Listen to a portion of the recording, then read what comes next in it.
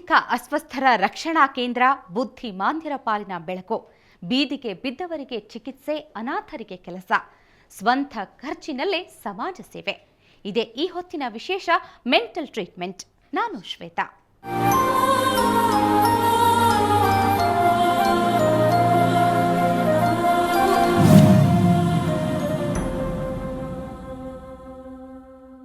ಮಾನಸಿಕವಾಗಿ ನಾರ್ಮಲ್ ಆಗಿದ್ದವರನ್ನೇ ನೋಡ್ಕೊಳ್ಳೋದು ಕಷ್ಟ. ಅಂಥದ್ರಲ್ಲಿ ಮಾನಸಿಕ ಅಸ್ವಸ್ಥರನ್ನ ನೋಡ್ಕೊಳ್ಳೋದು ಅಂದ್ರೆ ಯಮಯಾತನೆ. ಇಂಥವರು ಅನಿವಾರ್ಯವಾಗಿ ಬೀದಿ ಪಾಲಾಗಿರ್ತಾರೆ. ಆದರೆ ಈ ಬೀದಿ ಪಾಲಾದವರನ್ನ ಕರೆದುಕೊಂಡು ಬಂದು ನಾರ್ಮಲ್ ಸ್ಥಿತಿಗೆ ತರೋ ಒಂದು ಸಂಸ್ಥೆ ಮೈಸೂರಿನಲ್ಲಿ ಸದ್ದಿಲ್ಲದೆ ಸೇವೆ ಮಾಡ್ತಿದೆ.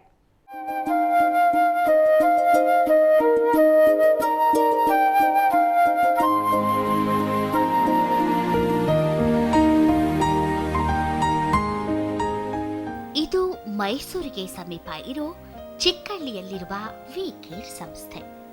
ಮಾನಸಿಕ ಸ್ಥೀಮಿತ ಕಳೆದುಕೊಂಡವರ ಆಶ್ರಯ ತಾಣ. ಈ ಸಂಸ್ಥೆಯ ಪ್ರಮುಖ ಉದ್ದೇಶ ಅನಾಥ, ಮಾನಸಿಕ ಅಸ್ವಸ್ಥರನ್ನ ಟ್ರೀಟ್ ಮಾಡಿ ಸಾಮಾನ್ಯರನ್ನಾಗಿಸೋದು.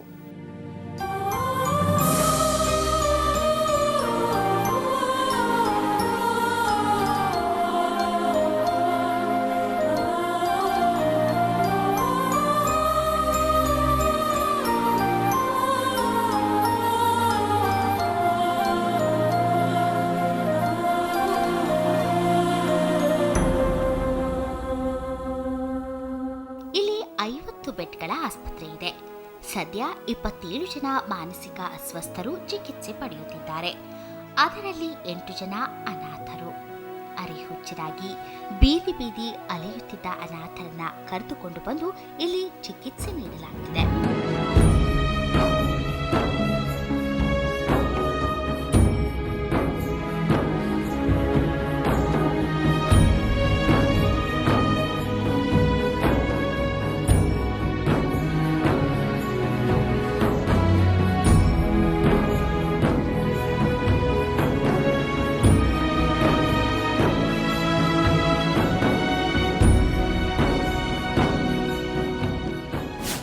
ಮಾನಸಿಕವಾಗಿ ತೊಂದರೆಯಲ್ಲಿರುವಂಥ ವ್ಯಕ್ತಿಗಳನ್ನ ಹಾಗೂ ಕುಡಿತದಿಂದ ನರಳಾಡ್ತಿರುವಂಥ ವ್ಯಕ್ತಿಗಳನ್ನ ಕರ್ಕೊಂಡ್ಬಂದು ಕಾಪಾಡೋದಾಗಿ ಒಂದು ಸಂಸ್ಥೆ ಶುರು ಆಗಿದ್ದು.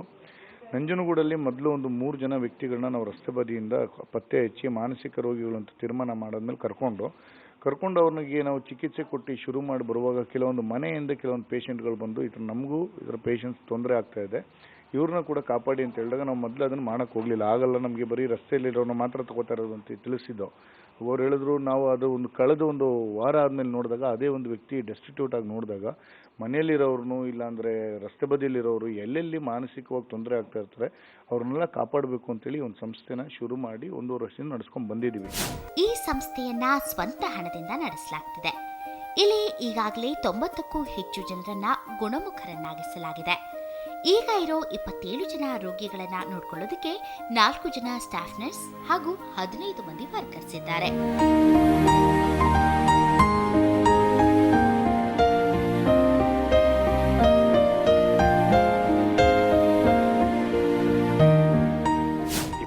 ಪೇಷಂಟ್ಸ್ ಇದ್ದಾರೆ. ಇದರಲ್ಲಿ 8 ಜನ ರಸ್ತೆ ಬದಿಯಿಂದ ಕರ್ಕೊಂಡು ನಾವು ಟ್ರೀಟ್ ಮಾಡ್ತಾ ಇದ್ದೀವಿ.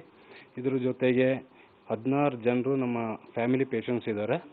ಇದರೊಂದಿಗೆ 4 ಸ್ಟಾಫ್ ನರ್ಸ್ಗಳು, ಜೊತೆಗೆ ಹೆಲ್ತ್ ಕೇರ್ ವರ್ಕರ್ಸ್ ಆಗಿ 3 ಜನರು ಇದ್ದಾರೆ. ಇವರಿಗೆ ನಾವು ಶಿಫ್ಟ್ ವೈಸಲ್ಲಿ ಅವರಿಗೆ ಟ್ರೀಟ್ಮೆಂಟ್ ಏನೇನು ಬೇಕು ಸೀನಿಯರ್ ಡಾಕ್ಟರ್ ರಾಜಗೋಪಾಲ್ ಅವರ ಸಲಹೆ ಮೂಲಕ ಅವರಿಗೆ ಚಿಕಿತ್ಸೆಯನ್ನು ನೀಡ್ತೀವಿ. ಯಾರಿಂದಲೂ ಹಣ ಪಡೆಯದೆ ತನ್ನ ಸ್ವಂತ ಹಣದಲ್ಲಿ ನಡೀತಿರೋ ಈ ಸಂಸ್ಥೆಯ ಸೇವೆ ನಿಜಕ್ಕೂ ಶ್ಲಾಘನೀಯ.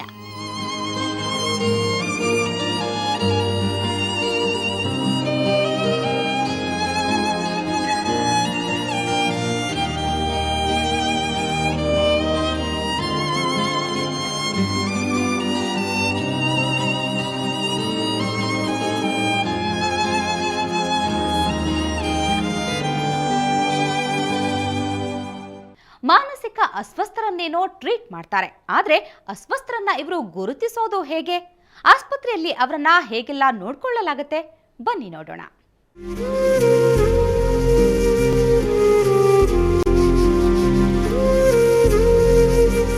ಬೀದಿ ಬದಿಲಿ ಅರೆ ಹುಚ್ಚರಾಗಿ ಅರೆ ನಗ್ನರಾಗಿ ಅಲೆದಾಡೋರ ಬಗ್ಗೆ ಸ್ಥಳೀಯರಿಂದ ಮಾಹಿತಿ ಪಡೆಯಲಾಗುತ್ತೆ. ಪೊಲೀಸರ ಅನುಮತಿ ಪಡೆದು ಅವರನ್ನ ವಿಕೆ ಆಸ್ಪತ್ರೆಗೆ ಕರೆದುಕೊಂಡು ಬರಲಾಗುತ್ತೆ.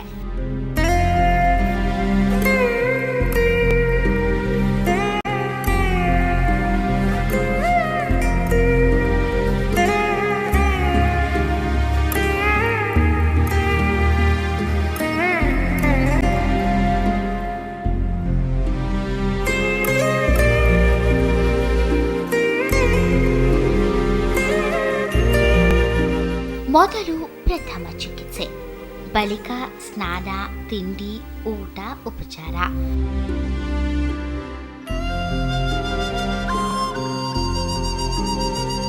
ನಂತರ ದೈಹಿಕ ಹಾಗೂ ಮಾನಸಿಕ ತಪಾಸಣೆ. ಇದೆಲ್ಲ ಆದ ಮೇಲೆ ಪೇಷಂಟ್ಗೆ ಯಾವ ರೀತಿ ಟ್ರೀಟ್ಮೆಂಟ್ ಮಾಡಬೇಕು ಅಂತ ನಿರ್ಧರಿಸಿ ಚಿಕಿತ್ಸೆ ಆರಂಭ.